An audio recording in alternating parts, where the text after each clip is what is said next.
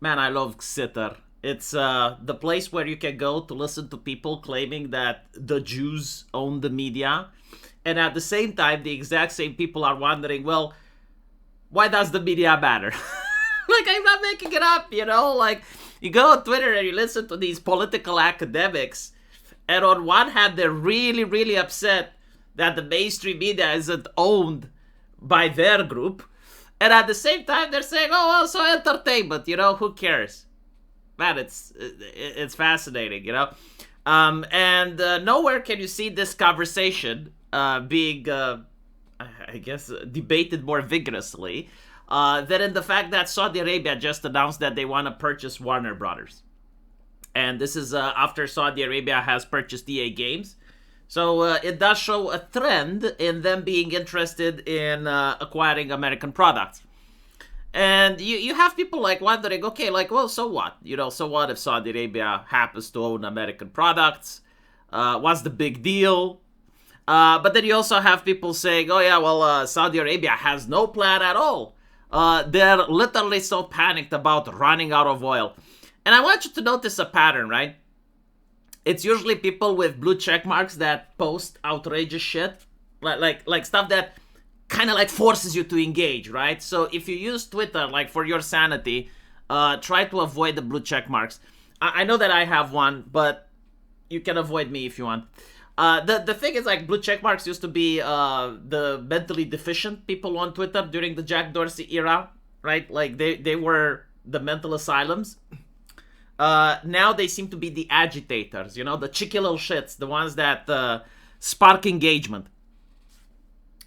But okay, first of all, it's like the question, well, so what if Saudi Arabia keeps buying American products, right? So what if China keeps buying American products? Well, the question has to be, if everyone keeps buying American products, what exactly is America going to be with left? Because we noticed during COVID that a lot of nations were suffering because their industry was in China. And so when you had the lockdowns, all of a sudden there wasn't enough toilet paper, all of a sudden prices exploded, right? So how did it get to that point? Well, it got to that point that nations decided to export all of their industry into China, while their economies became a service-based economy.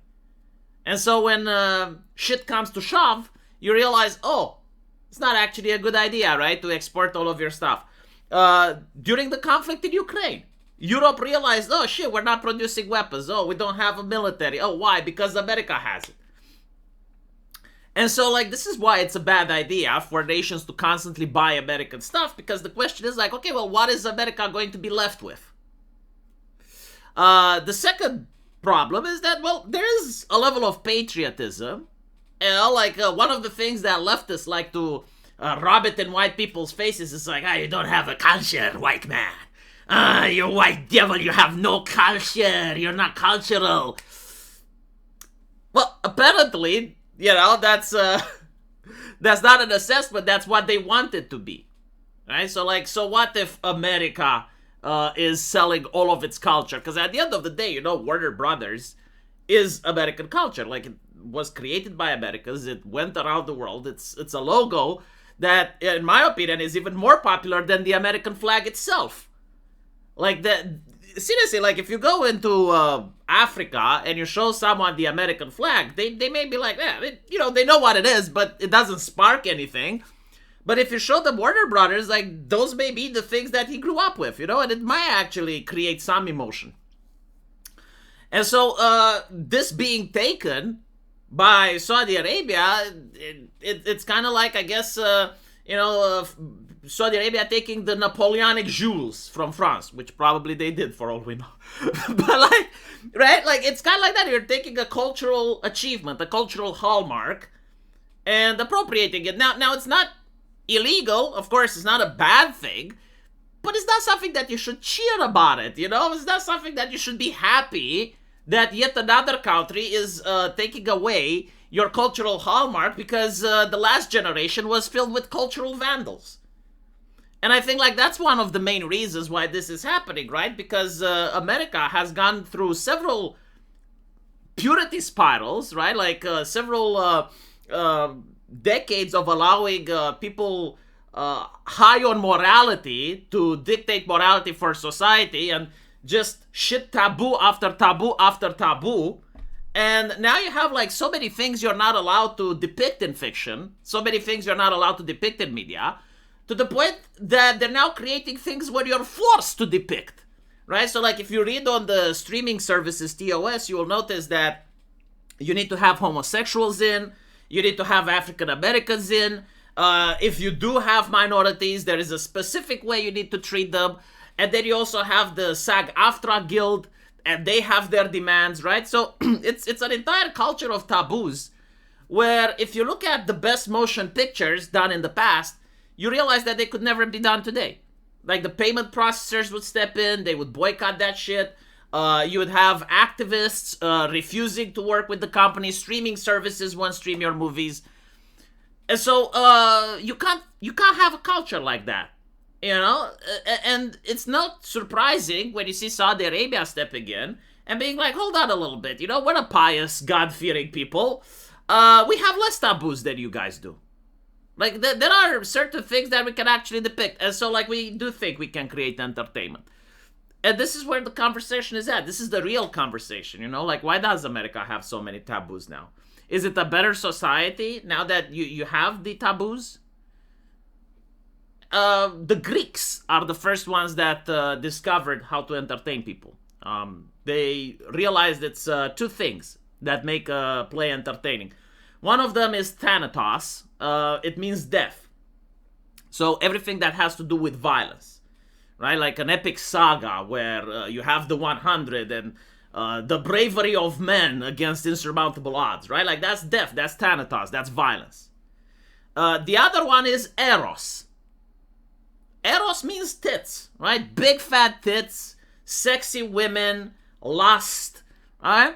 This is what makes something good. It's not diversity, it's not inclusivity, it's not equity, it's not the message. No. It's, can you have a man fighting in order to win over a sexy woman? That's pure taboo in American culture right now. Was it the thing 20 years ago? Was it the thing 30 years ago? It is now. And so, with this level of taboo, you can't make anything.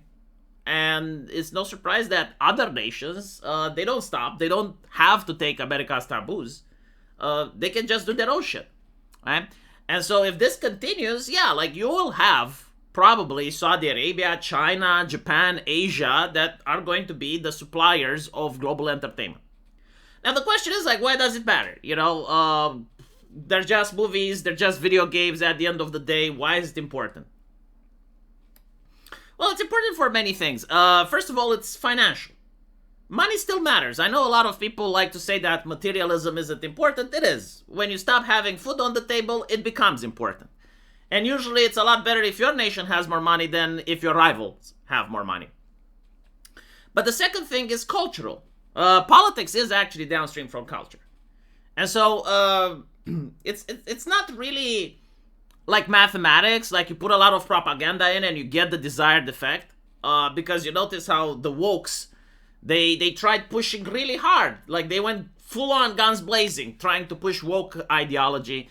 And what they got is Donald Trump, right? So it doesn't really work like that.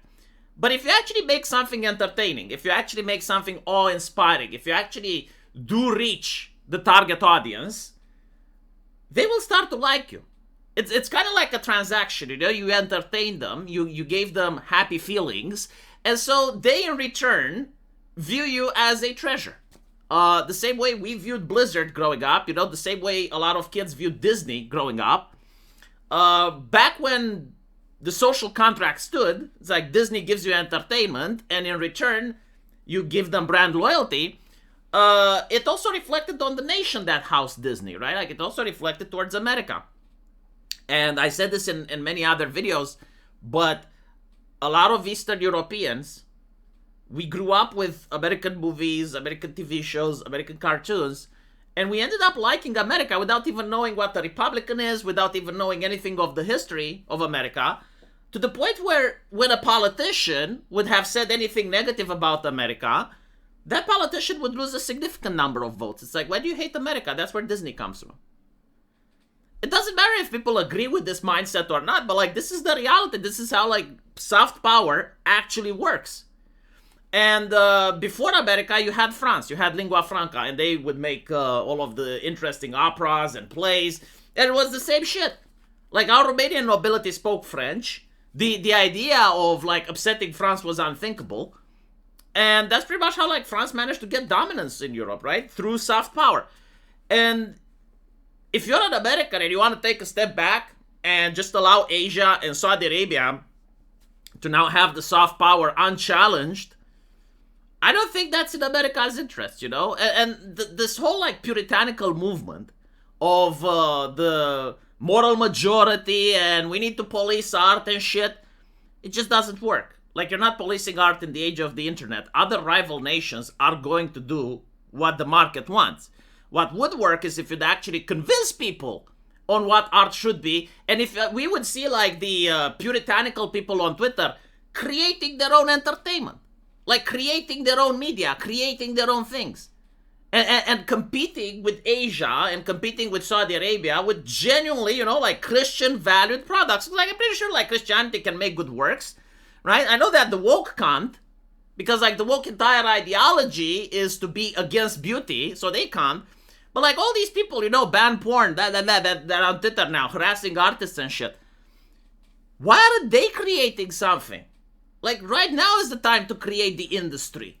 The gaming industry is collapsing, right? You have foreign nationals buying up your shit. They keep bitching about Gargura, you know, they keep crying about the anime, but they're not replacing it with anything. Like, you can't expect people to exist without entertainment. Like, entertainment is one of the sliders. It's not the slider, but it's one of the many sliders that people require for happiness. You know, they require security, they require financial stability, they require their children to be healthy, and they also require entertainment, yes. And removing one of these sliders, right, it's going to create angst, an unhappy population, and people that genuinely will be happy when Saudi Arabia buys the shit and does it properly. So let me know what you guys think. And as usual, I will see you in the comment section. Take care.